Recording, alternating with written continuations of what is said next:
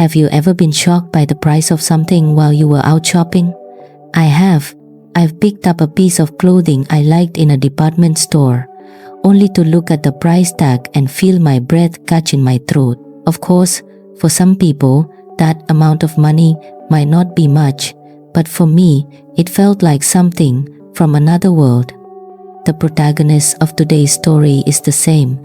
She is a young woman born in a small fishing village in Cuba. Her daily life was filled with uncertainty, but she never lost hope. She traveled to the United States at the invitation of a young American man she met by chance, and her hands trembled when he gave her some pocket money. She was also so shocked that she nearly froze naked while trying on clothes at his suggestion. What exactly happened to her? Let's hear the story from her own words. Hello, my name is Maria. I was born in Santa Maria del Mar, a small fishing village in Cuba. All my childhood memories are of an old house on a hill overlooking the blue sea. Although our house had peeling paint on the walls and a leaky roof, it was the warmest place in the world for me. My father was a fisherman, and my mother ran a small fruit stand in the village market. As the eldest daughter, I always had to take care of my younger siblings, so I developed a strong sense of responsibility, just like the other children in the village. I grew up running along the beach after school. I would race to the sea to build sandcastles or collect shells with my friends. But then, our family's financial situation began to worsen. My father's fishing business wasn't as stable as it used to be, and my mother's stand wasn't doing well. I would often hear my parents arguing softly every night, but I would always comfort my younger siblings, telling them that tomorrow would be better. At the age of 16, I had to drop out of school to work at a small hotel in the village. I taught myself English by talking to foreign tourists. Some days I was so tired I could barely fall into bed, but I had to persevere for my family. 3 years passed. I was 20 years old and starting to dream bigger. Maria, you have more talent than this place can hold. You should go show your abilities in a bigger world. Those words from Mrs. Rosa, the hotel manager at the time, changed my life forever. With her recommendation, I contacted a tour company in Barcelona, Spain, and passed the interview. When I told my parents I was going to Spain, my mother cried but held my hand tightly. You've always dreamed of this, haven't you? Go make your dream come true. The first day I arrived in Spain, I felt like I couldn't breathe. The elegant buildings and bustling streets of Barcelona were grander than I had ever imagined. I found a small room and started working as a tour guide. At first, I struggled to handle the unfamiliar tourists, but I soon adapted. Every morning, I would wake up early to greet tourists and explain the city's history and culture to them, which became my daily routine. Every time I got my paycheck, I would always send money back to my family in Cuba first.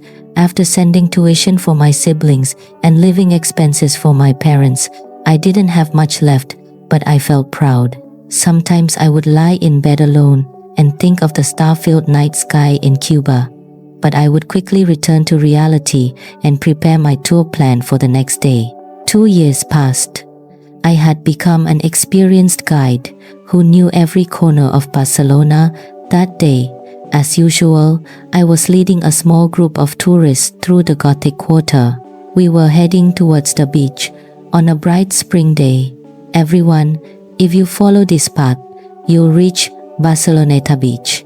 This used to be a fishing village in the 19th century. As I was explaining, my eyes fell on a man. He was alone, unlike the other tourists, and was engrossed in his camera, completely unaware of his surroundings. He had dark hair, warm eyes, and had the feel of an American. Suddenly, I saw a group of pickpockets I knew well approaching him. I asked my tour group to wait a moment and rushed over to the man. Luckily, I grabbed his arm and led him to a safer place just before the pickpockets could make their move. Are you okay? Those kids were targeting you. He turned to look at me in surprise, then sighed with relief. Thank you. I had no idea. Although his Spanish wasn't fluent, his English was excellent. He introduced himself as Jake and said he was from the United States. He was a travel photographer looking for hidden spots in Barcelona. I had to get back to my tour group, so I handed him my business card and said goodbye. That night, the hotel called me, saying Jake was looking for me. The next morning, when I met him at the designated spot, his smile was brighter than the day before. I'll be in Barcelona for a while longer. Would you be willing to be my private guide? I'll pay you double the normal rate. Honestly, I initially agreed purely for the money. Double my salary. Who could refuse? So I took a vacation from work and began my 2 weeks with him. Jake was special. He was different from other tourists in that he was genuinely interested in the city and its culture. He listened intently to my explanations and always asked insightful questions. We visited alleyways that tourists rarely went to and small restaurants known only to locals. As time went on, our conversations deepened, moving from stories about the city to stories about our own lives and dreams. I told him about my childhood in Cuba, about having to come to Spain for my family, and my dream of having a better life one day. Jake talked about his life in New York, his passion for photography, and his dream of traveling the world to document diverse cultures. About a week passed, and our relationship began to change. A young man and a young woman in a passionate country. A touch of skin sparked a flame. We became more than friends. We laughed together, shared meals, and sometimes listened to each other's worries. Jake's warm smile and attentiveness slowly melted my heart, piece by piece. One evening, as we were sitting at a small beachside cafe, drinking wine and watching the sunset, his hand gently rested on mine. Maria, I'm so happy when I'm with you. In that moment, my heart beat faster. I admitted for the first time that our relationship was more than just a guide and a tourist. That night, we shared our first kiss under the Barcelona moonlight. Two people from two different worlds were falling in love. For the remaining week, we explored the city by day and comforted each other in each other's arms by night. Amidst the passionate atmosphere of Spain, our love, full of desire, deepened quickly. The closer the day of Jake's departure came, the heavier my heart grew. On the last day, at the airport, he held my hands tightly. I don't want our meeting to end here. I want to keep in touch with you. And so, we began a long-distance relationship. We video called every night to share our day, and on weekends, we would talk for hours. At first, there was the time difference and cultural hurdles, but love helped us overcome everything. During our long-distance relationship, I told Jake about my daily life honestly, but sometimes there were difficult things to talk about. Once, a wealthy older tourist got too close for comfort. He put his hand on my waist and invited me to meet him privately. I firmly refused, but when I told Jake about it that night, his tone changed. Maria, are you okay? I worry about you so much. Being in situations like that alone, I'm sorry I can't be there for you. I could feel the powerlessness in his voice. He couldn't do anything from thousands of miles away. Another day, I told him I hadn't been eating properly for several days because after sending money to my family, I always had to be frugal at the end of the month. After that day, whenever Jake saw my face and thought I looked thinner, he would start sending me small amounts of money. It's not a gift. Think of it as us eating a meal together. I tried to refuse, but I could feel his sincere concern. As time went on, Jake became more and more worried about my situation. The fact that I worked late, sometimes having to go home at unsafe hours, and being alone when I was sick. His gaze in our video calls grew more intense. One night, I had a high fever and was very ill, so I called Jake. He stayed on the phone with me all night, comforting me, but after we hung up, I burst into tears when I saw the message he sent. Being apart like this is torture. I can't be by your side when you're sick. I can't protect you when you're in danger. We should be together, Maria. Reading that message, I felt the same way. I felt that the obstacle of distance shouldn't be between us anymore, but there were still practical problems to face. After that day, Jake started talking about the United States more often and began to paint a more concrete picture of our future. Every night after we hung up, I would open the window and look at the stars. Just thinking that he was under the same sky made me feel warm. We shared the small details of our daily lives with each other, from the people we met to the food we ate and the feelings that arose. As time passed, our relationship deepened and the reality of our distance became harder to bear. Several months after we started our long-distance relationship, Jake's voice sounded more excited than usual. His eyes in the video call were different. It seemed he had something important to say. Maria, I think it's time for us to finally be together. Would you come live with me in the United States? We'll get married, of course. Those words made my breath stop. I was speechless for a moment. Feelings of excitement and fear washed over me at the same time. The United States was a country I had only seen on a map, a place whose language and culture I didn't know. As much as I wanted to go, practical problems popped into my head. How would I get a visa? How much would it cost? How would I live once I got there? Jake noticed my anxiety and promised he would take care of everything. From the visa application to the plane ticket, he would handle it all. At first, I was hesitant to accept his offer because I had always been someone who worked to support myself. But seeing the sincerity in Jake's eyes, I decided to accept his feelings. In the following weeks, Jake professionally handled all the paperwork, from the necessary documents from the Spanish embassy to the visa for entering the United States and the plane ticket. Sometimes I would ask if he was spending too much money, but he would just laugh and say it was an investment in our future. His confidence began to make me feel more confident too. When I told my family I was going to the United States, their reaction was complex. My mother cried with worry, while my father just nodded silently. My siblings were curious and asked many questions about America. But in the end, my parents said, "If you're happy, that's what's most important. Follow your heart." Those words gave me so much strength. On my last day in Spain, I said goodbye to my colleagues, the fellow guides I had worked with for 2 years, the hotel staff, and the owner of the cafe I frequented. They all congratulated me on my new beginning. As I boarded the plane, I said goodbye to my past life. I was traveling to an unknown country with a mix of fear and excitement. After a long flight, I arrived at JFK Airport.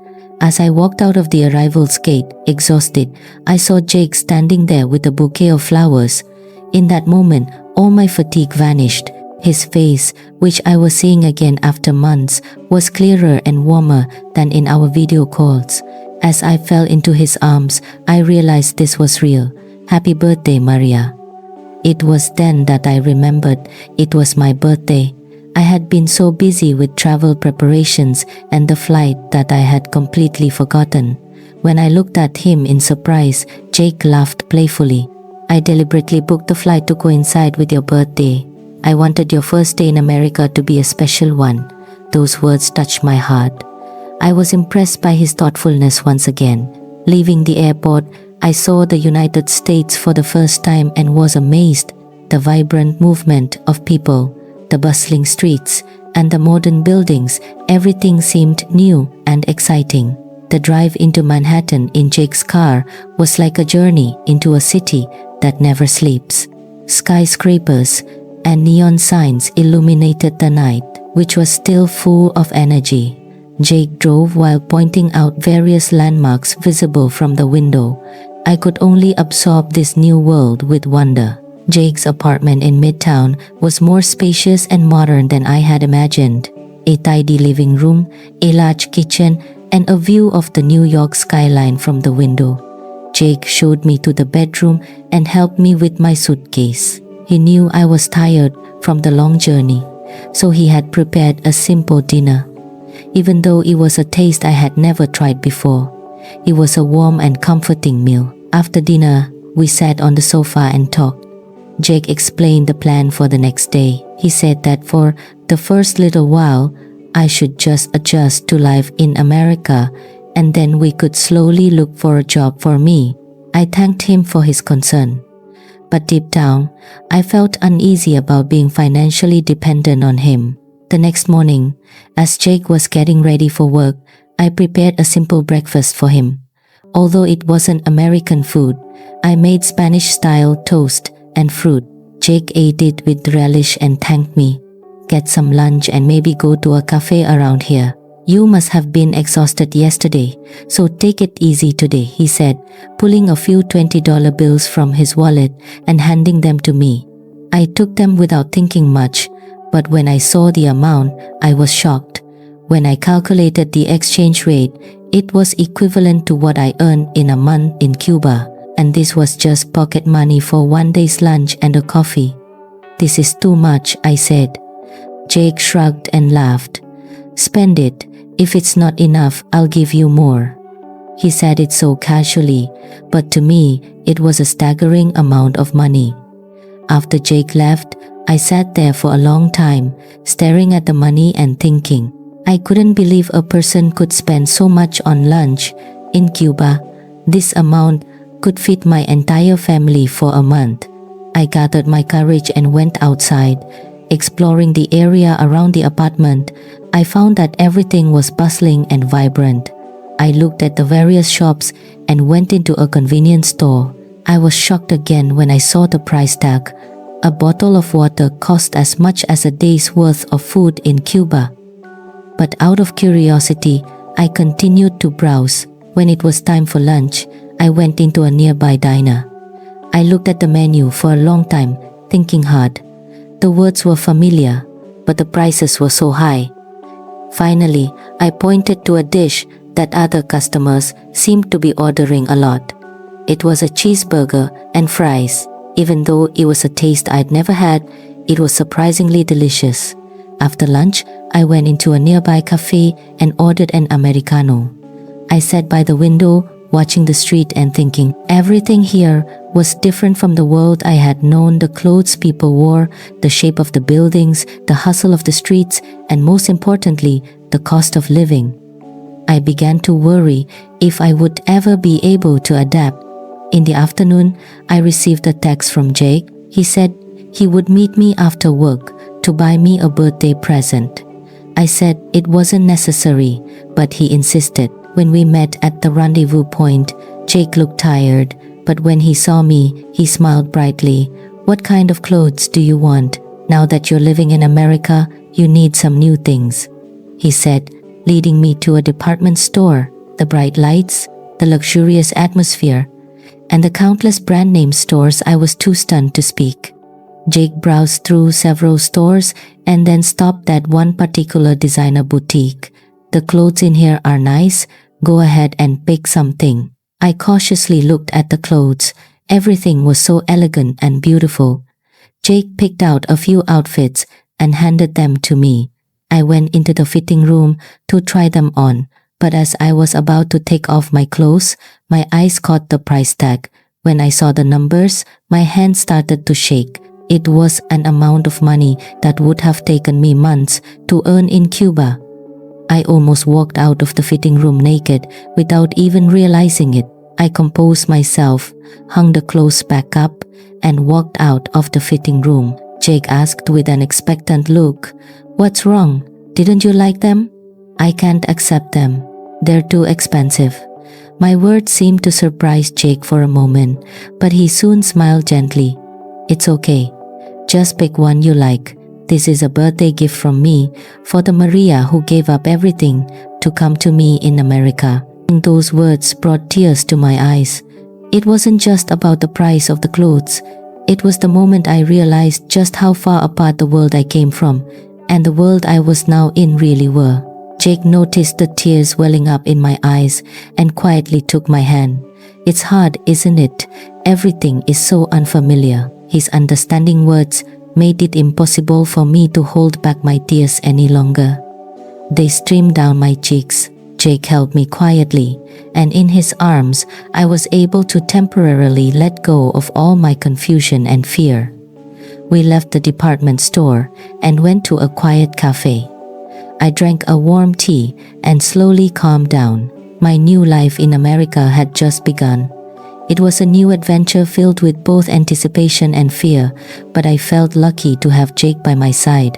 His warm touch made me feel safe. I sat across from Jake by the cafe window, my hands wrapped around a warm latte, and began to tell him everything that was in my heart. From my childhood in Cuba, my family worrying about every meal, to the reason I had to work as a tour guide in Spain. I told him about the times I had to endure just to survive.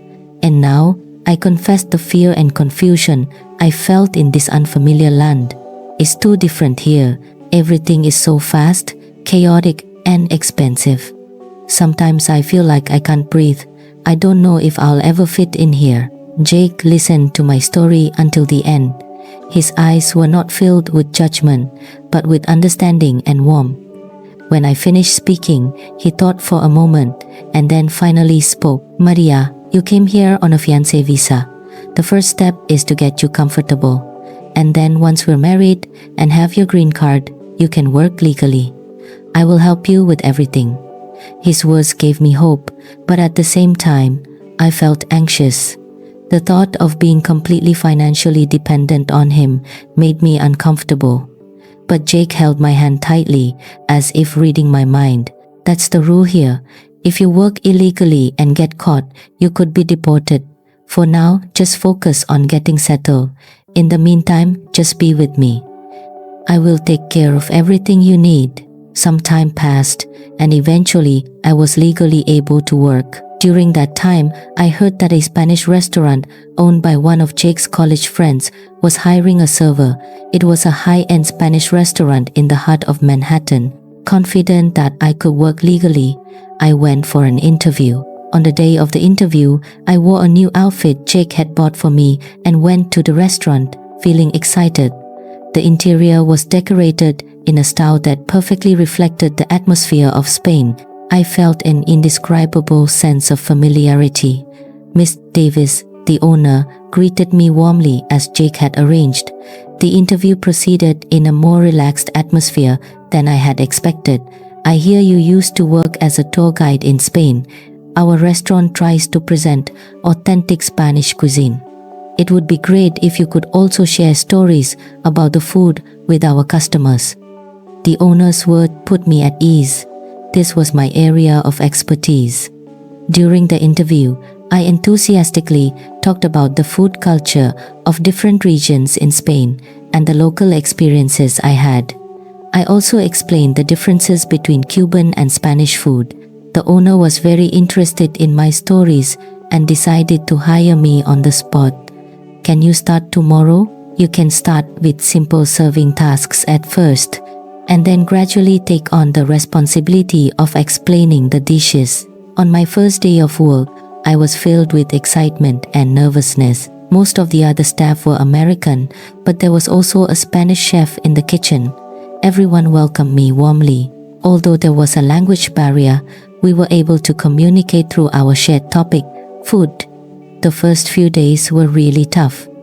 The American style of service, customer demands, explaining the menu, everything was new. I made many mistakes, getting orders wrong, spilling drinks, or not understanding questions in fast English.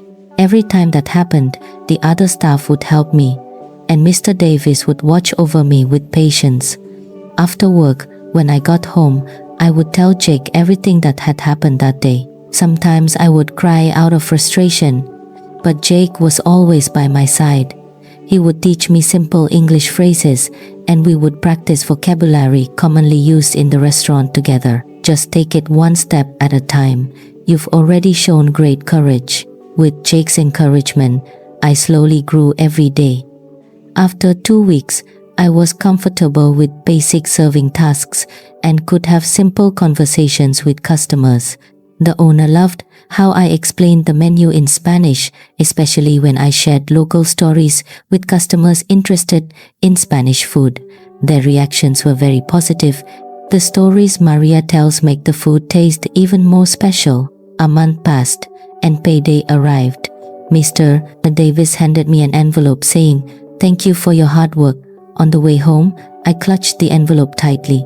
It was my first salary in the United States, earned with my own hard work. When I got home, I proudly showed it to Jake. When I opened the envelope and saw the amount, I couldn't believe my eyes. It was an amount that would have taken me half a year to earn in Cuba. My fingertips trembled. Jake saw my expression and smiled. "Congratulations. That's the reward for your hard work." In that moment, something inside me changed. A confidence that I could do it too surged within me. If before I was someone who had to rely on others, now I felt like I had the power to stand on my own 2 feet. I decided to send a portion of my salary to my family in Cuba.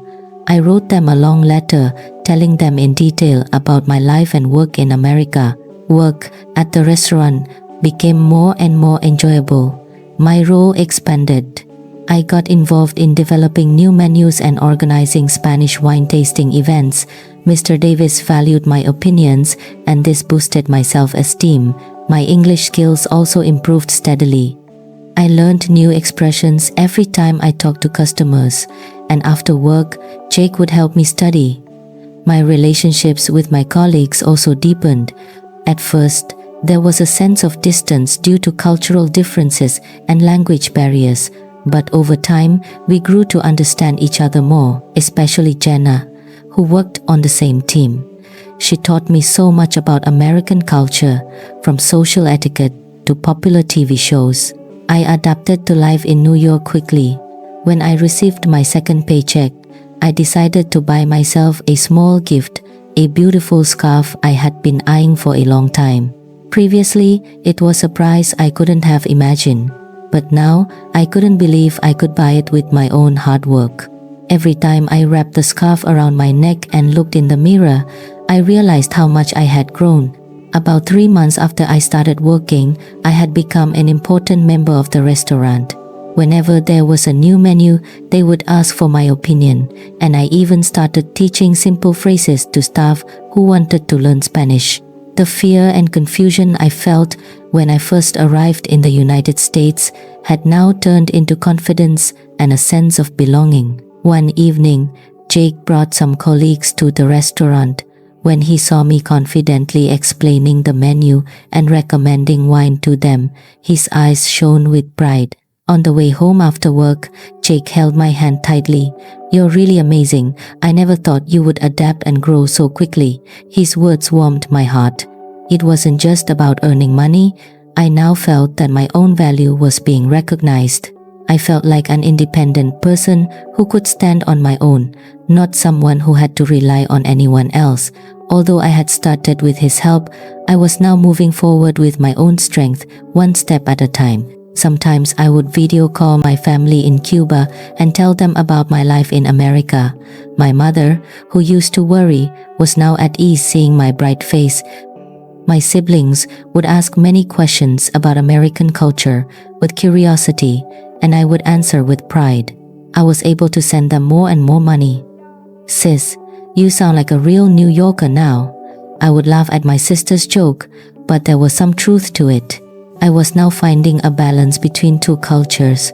I still had my roots in Cuba, but I was blossoming in a new land called America. One spring day, a few months after I had started working in New York, Jake invited me on a date to a park along the Hudson River. As we walked along the windy riverbank, he was quieter than usual. It seemed like he was thinking about something. We walked in silence for a long time and then sat down on a bench with a clear view of the river. Jake took a small box out of his pocket. In that instant, my heart started beating faster. I had a fleeting thought but wasn't sure. When he opened the box, inside was a small but beautiful diamond ring. "Maria, will you marry me?" It was a simple question, but the meaning behind it was profound. I looked at his serious eyes, and scenes from the past flashed through my mind like a movie. Our first meeting in Spain, the longing during our long-distance relationship, the new beginning in America, and now, a promise of a lifetime. I held his hand tightly and nodded silently. Yes, I want to marry you. My answer brought a bright smile to Jake's face. He slipped the ring onto my finger, and we held each other tightly. In the moment the evening sun reflected off the water, I realized this wasn't a dream, but reality. I, who had once had to endure just to survive, supporting my parents and siblings, now felt like I had truly come to know what it means to be alive. On the way home, we talked about our future plans. We agreed to have a simple but warm wedding. Inviting my family from Cuba was difficult due to the cost and visa issues, but we agreed to arrange for them to attend via video call. We also had to prepare to formally meet Jake's parents. The following weekend, we visited Jake's parents' home.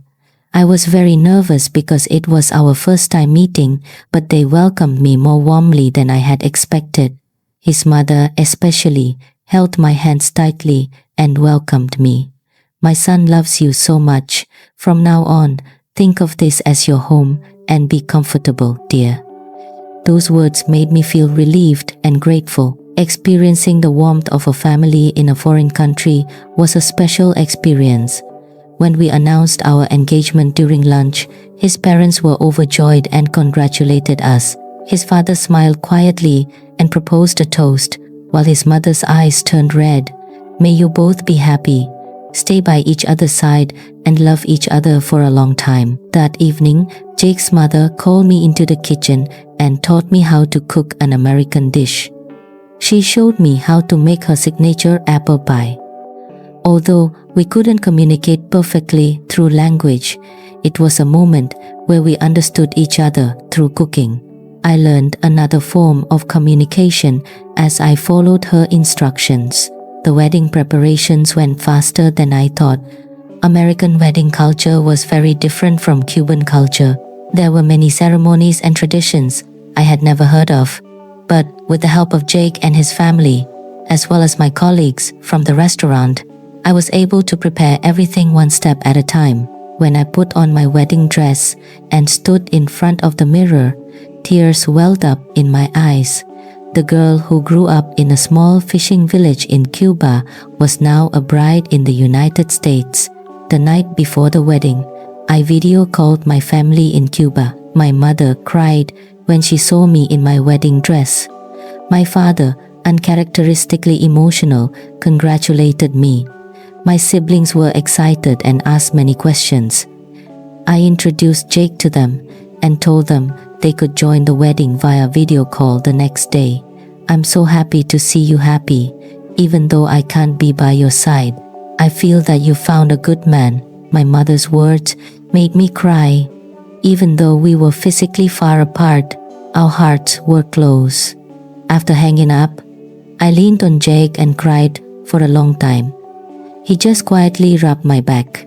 On the wedding day, everything felt like a dream.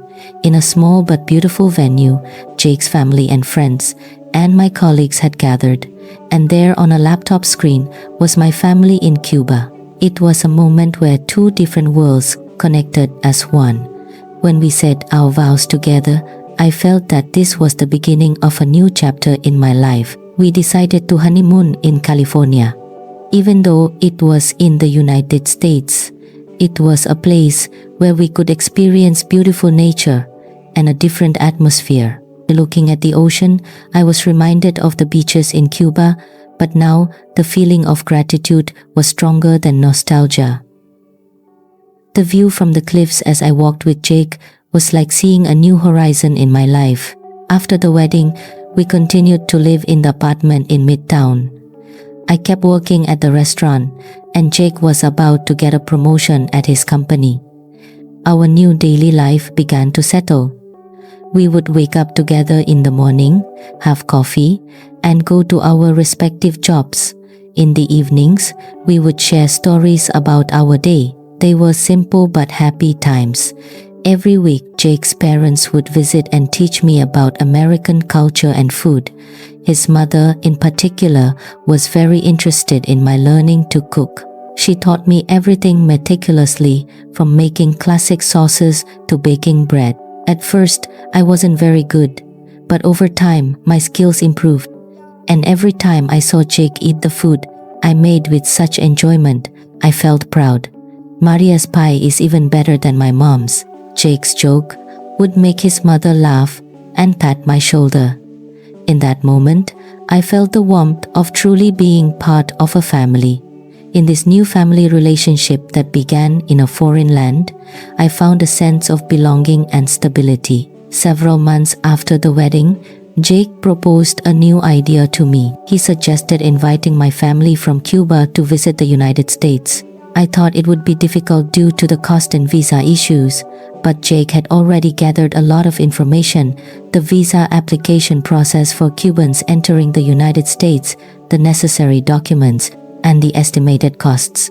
His thoughtfulness impressed me once again. I think it would be good for your family to experience America, and I want to meet them in person too. His offer made me so happy I cried. When I told my family in Cuba the news, they reacted with disbelief. My younger siblings especially were very excited and asked questions about America every day. Jake and I handled every step together, from the visa application to booking the plane tickets. Although it was not an easy process, the thought of seeing my family gave me strength. Meanwhile, my role at the restaurant continued to evolve. I was now involved in menu development and organizing wine tasting events. My English skills had improved so much that I could converse with customers more naturally. The owner offered me a manager position, and my salary increased along with the added responsibility. Now, although not as much as Jake, I was a proud, contributing member of the family. Every time I got my paycheck, Jake would say the same thing: use the money you earn to do what you want. You don't have to be so frugal. Those words gave me so much freedom. I felt a financial independence I had never imagined before.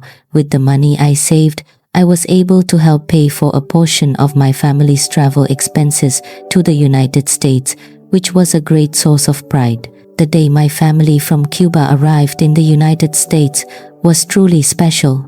When I went to pick them up at the airport, my mother burst into tears the moment she saw me. It was a reunion after several years. My father and siblings hugged me tightly and greeted Jake warmly. On the way home, the view of New York City, reflected in their eyes, was filled with the same wonder I had felt when I first arrived. On the second day of their visit, I took my younger siblings to a shopping district downtown. I wanted to buy them some clothes with the shopping money I had set aside from my salary. When we entered the department store, my siblings' eyes widened. They picked out beautiful clothes, and the happy smiles on their faces were a joy beyond compare. But then, the expression on my youngest sister's face changed as she came out of the fitting room. I saw her about to put the clothes back after seeing the price tag. In that instant, an image of myself overlapped with hers. The memory of the day I first arrived in America and was shocked by the price of the clothes Jake had picked for me came back clearly. It's okay, I'm buying it for you today. You can pick whatever you like. My words made my sister look at me in disbelief, but soon she smiled brightly. Seeing that, I felt like something in my heart had become complete. I was able to share the culture shock and economic disparity I had felt in America with my family in a positive way. The fact that I could share the love and opportunity I had received with others was deeply moving. I, who once had to rely on others, had now become someone who could give happiness to others with my own strength. On the day my family was leaving, we shared a long hug at the airport. Although it was sad to part, they were now at ease, having seen that I was living a happy life. My mother held my hands tightly and whispered, "I'm so proud of you. You've truly found your own life now." Those words still echo in my heart. On the way out of the airport, Jake put his arm around my shoulder. We walked in silence, but in that silence, there were so many stories. Sometimes, when I think back to my time in Cuba, I remember the image of myself standing frozen in that fitting room after seeing the price tag. Back then, I had no idea that moment would be the starting point that would change my entire life. Now, we are expecting a child together. Here, in this place full of possibility and hope, not in the Cuba where I grew up. I'll come back and tell you my story again sometime. Thank you for listening to the end.